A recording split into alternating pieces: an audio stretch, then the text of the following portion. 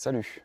Aujourd'hui, je te fais une vidéo pour te parler en fait de l'intérêt de connaître son matériel.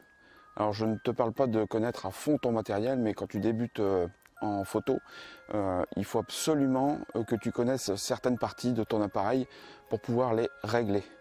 Alors, des choses très simples, mais je t'en ai parlé d'ailleurs sur ma page Facebook il y a quelques jours. Où je te donnais mon premier conseil, c'était d'ouvrir ton manuel quand tu achètes ton appareil photo. Très important parce qu'en fait la plupart des gens ne le font pas. Alors pourquoi?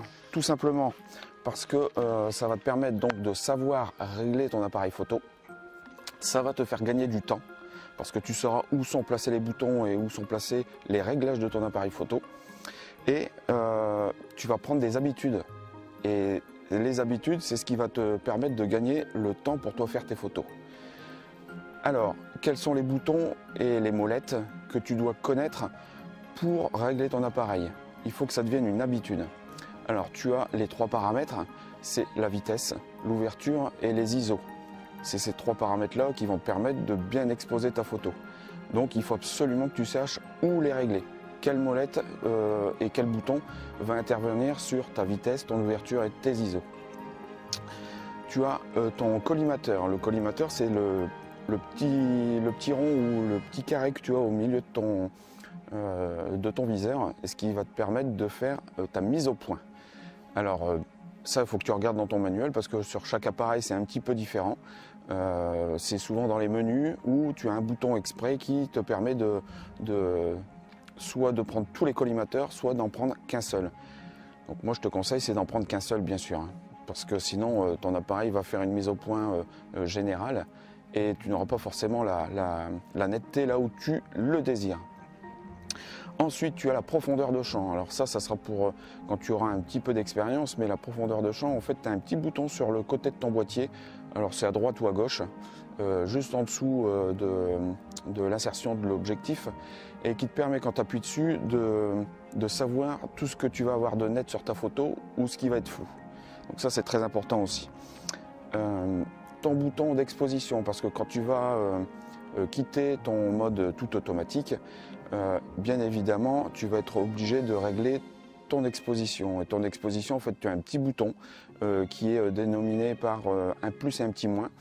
Et quand tu vas appuyer dessus et que tu vas bouger ta molette, ou tu vas surexposer un petit peu ta photo, ou tu vas la sous-exposer. Donc ça c'est très important pour toi, gérer ta photo comme tu le désires.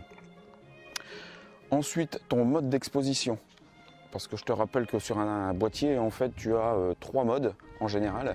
Tu as un mode où l'appareil va faire une exposition sur toute ta photo. Tu as une autre partie qui va te permettre de faire sur un rayon réduit sur le milieu de ta photo, et après tu as un tout petit point au milieu de ton image où tu vas pouvoir vraiment régler très finement en fait ton exposition. Donc ça il faut aussi le savoir à quel endroit il est placé. Et ensuite si tu veux faire du live view, bien savoir où est placé ce bouton, pour que tu puisses aller assez vite pour changer et pouvoir faire tes photos ou tes vidéos. Voilà, alors ça c'est les principaux boutons que tu dois connaître, et ça il n'y a personne qui peut te l'apprendre, c'est ton manuel. Quand tu achètes ton boîtier, sors ton manuel et regarde. Alors je sais que c'est tout petit, que c'est écrit tout petit, c'est souvent ennuyeux de lire des toutes petites choses, mais fais-le parce que ça va te faire gagner beaucoup de temps. Lorsque l'on connaît en fait où sont placés les boutons, en fait ça va être très utile pour plusieurs choses. C'est que quand tu vas, alors au bout d'un moment, tu vas pas les connaître comme ça tout de suite au bout d'une heure, mais plus tu vas pratiquer, plus tu vas les connaître. Et quand tu vas sortir, plus tu auras la possibilité de régler ton appareil très rapidement et de façon automatique. Et donc tu vas pouvoir te faire plaisir à prendre tes photos. Alors je prends deux exemples par exemple. Ah c'est cool ça. Bien français. Bon c'est pas grave. En fait sur de la photo animalière par exemple. Photo animalière en général, quand tu photographies par exemple des oiseaux ou enfin des animaux, Tu sais pas quand est-ce qu'ils vont bouger. Et en général, ce qui peut être bien, c'est de prendre le mouvement en fait, quand un chevreuil il court, quand un oiseau s'envole. Si tu ne connais pas tes boutons, si tu ne connais pas tes réglages, tu vas avoir beaucoup de difficultés à avoir des photos qui sont bien exposées, des photos qui soient nettes à l'endroit où tu veux. Donc c'est pour ça, c'est l'intérêt aussi de connaître tous ces boutons.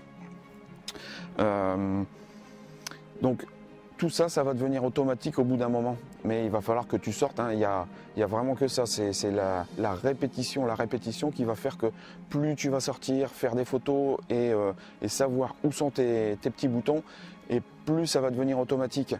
Et tu vas pouvoir te concentrer en fait sur tes cadrages, sur tes photos, faire ce que tu veux sur ta photo. Alors tu prendras bien sûr plus de plaisir, puisque tu n'auras plus à te poser la question où est placé le bouton. Par exemple, si tu veux bouger la vitesse, ben, tu ne vas pas réfléchir à regarder ton appareil, savoir où est placé le bouton, enfin la molette de la vitesse, mais en fait, tu vas le faire automatiquement.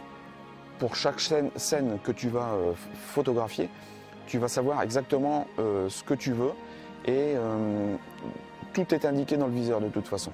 Donc, quand tu sais où sont placés les boutons, tu gagnes un temps énorme. Et ça va te permettre effectivement de moins réfléchir à la technique, parce que la technique c'est bien, il faut la connaître, mais il faut s'en détacher au bout d'un moment. Donc moins tu vas te préoccuper de la technique, et plus tu vas te préoccuper de ta photo, de tes cadrages, de ce que tu veux faire en photo, et plus tes photos seront jolies, et plus tu te feras plaisir. Voilà, j'espère que ça te servira un petit peu.